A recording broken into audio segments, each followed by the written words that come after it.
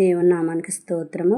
దేవుని సన్నిధి అనే కార్యక్రమానికి మరి మిమ్మల్ని అందరినీ కూడా ప్రేమతో ఆహ్వానిస్తున్నామండి. ఈరోజు యెషయా గ్రంథము 44వ అధ్యాయము 6వ వచనం చూసుకోవచ్చండి. దేవుడు మనతో ఇలా మాట్లాడుతున్నాడు. ఇశ్రాయేలు రాజైన యెహోవా, వారి విమోచకుడైన సైన్యములకు అధిపతియగు యెహోవా ఇలాగు సెలవిచ్చుచున్నాడు. నేను మొదటవాడను, కడపటివాడను. నేను తప్ప ఏ దేవుడు లేడు. ఆదిలోనున్న జనమును నియమించినది మొదలుకొని నేను తెలియజేయుచూ వచ్చినట్లు తెలియజేయగలవాడెవడు? దేవునికి స్తోత్రం. ఏంటండి? మొదటవాడను, కడపటివాడను నేనే. నేను తప్ప ఏ దేవుడు లేడంటున్నారు. మొదటగా ఆయన అవ్వ ఆదాములను చేశాడండి. తర్వాత మన చివరి సమయంలో కూడా దేవుడు కడబోర శబ్దంతో ఆయన మనందరినీ కూడా మృతులైన వారిని, పరిశుద్ధులను అందరినీ లేపుతాడండి. కడబోర శబ్దం అంటే 7 బోర్లు ఊదగా 7వ బోర ఊదినప్పుడు దేవుడు మనందరూ కూడా మధ్య ఆకాశంలో ఆయన మనకి దర్శనమిస్తాడు. కడపటివాడను నేనే అంటున్నాడు. నేను తప్ప ఎవ్వరు దేవుడు లేడంటున్నాను. ఆదిలో జనమును నియమించినది మొదలుకొని, ఆదిలో ఎవరండి? ఆదిలో అవ్వను, ఆదామును నియమించింది ఆయనే.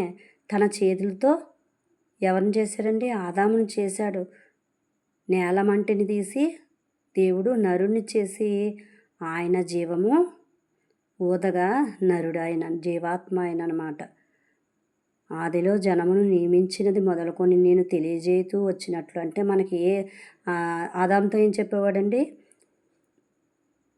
రోజు సల్లపూట ఆయన వచ్చి ఆదాంతో కొంత సమయం గడుపుతూ ఉండేవాడు. దేవుడు మంచి చెడ్డ అన్నీ మాట్లాడుతూ ఉండేవాడు. నువ్వు ఇలా చేయి, అలా చేయని ఏం చేశాడండి? ఏదేను తేట ఒకటి నిర్మించాడు. ఆదాంకి గాఢ నిద్ర కలుగు చేసి పక్కలో ఎముకలు తీసి దానికి ఏ పేరు పెడతావని అడిగాడు. ప్రతిదీ ఏం చేసేవాడంటే ఆదాంతో మాట్లాడుతూ వచ్చేవాడు. తర్వాత ఆదాంకి సాటైన సహాయం లేదని గమనించి ఏం చేశాడండి? అవ్వను జతపరిచాడు.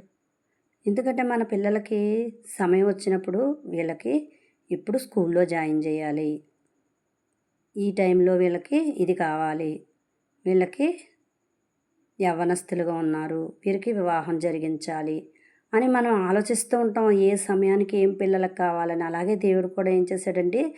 అవ్వ నరుడు ఒంటరిగా ఉండటం ఇష్టం లేదని ఏం చేశాడండి? తన పక్కటెముకను తీసి నారిగా చేసి అవ్వను తయారు చేసి తనకి జతపరిచాడు. ఏదేని తోట ఒకటి వేసి ఏం చేశాడండి? దాంట్లో అన్ని ఫలవృక్షములను చక్కగా తినండి అని చెప్పి ఒకదాన్ని మాత్రము మంచి చెడ్ల తెలివినిచ్చును, వృక్షఫలం మాత్రం తినొద్దన్నాడు. ప్రతిదీ చెప్తూ వచ్చాడు. నేను తెలియజేయచ్చు వచ్చినట్లు తెలియచేయగలవాడెవడు అని అడుగుతున్నాడు దేవుడు. దేవునికి స్తోత్రం. మనకి ప్రతిదీ ఇప్పటికీ కూడా మన చెయ్యి పట్టుకొని నడిపించే దేవుడండి మన దేవుడు. దేవునికి స్తోత్రం. ఎవరు చెప్తారండి అలాగా? నువ్వు ఈ పని చేయకు, ఆ పని చేయకు, ఇలా చెయ్యి, అలా చెయ్యి. మన ప్రార్థన కళ్ళు మూసుకుని దేవునికి నిజముగా మొరపెట్టాలే కానీ ఆయన మనకు కావాల్సినవి అన్నీ కూడా చెప్తూ ఉంటాడండి. దేవునికి స్తోత్రం. కాబట్టి మనము ఏం చేయాలండి? ఇక్కడ ఏం చెప్తున్నాడు అనమాట? నేనే మొదటివాడను, కడపటివాడను. నేను తప్ప ఏ దేవుడు లేడు. మనకు దేవుడై ఉన్నాడంటే అది ఒక్క యెహోవా తండ్రి.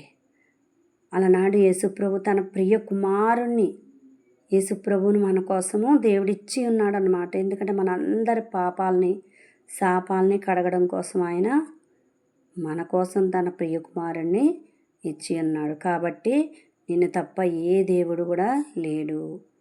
ఆదిలోనున్న జనమును నియమించింది మొదలుకొని నేను తెలియజేయుతూ వచ్చినట్లు తెలియజేయగలవారెవరు? దేవునికి స్తోత్రం. దేవుడే మనకు ప్రతి సంగతిని బయలుపరిచేవాడు. కాబట్టి దేవుడి సన్నిధిలో మనందరం కూడా దేవుణ్ణి ఏది కావాల్సిన దేవుణ్ణి అడుగుదామండి. దేవుని పేరిట మీ అందరికీ వందనాలు చెల్లించుకుంటున్నాం. ప్రార్థన చేసుకోవచ్చు. మహాపరిశుద్ధుడ, మహోన్నతుడ, సర్వోన్నతుడ, సర్వాధికారి, సృష్టికర్త, గొప్ప దేవుడానికి స్తోత్రాలు భావ్య. తండ్రి, మొదటవాడివి, కడపటవాడివి నీవే నాయన ప్రభువా. నీవు తప్ప మాకెవ్వరు వేరే దేవుళ్ళు లేరు నాయన ప్రభువా. ఇదిగో తండ్రి, ఎంతోమంది బిడ్డలు ప్రభు ఎన్నో సమస్యలతో ఉన్నారు ప్రభు, అనారోగ్యాలతో ఉన్నారు బాబా. బిడ్డలందరినీ ముట్టి స్వస్థపరచండి అయ్యా, సహాయం చేయండి అయ్యా.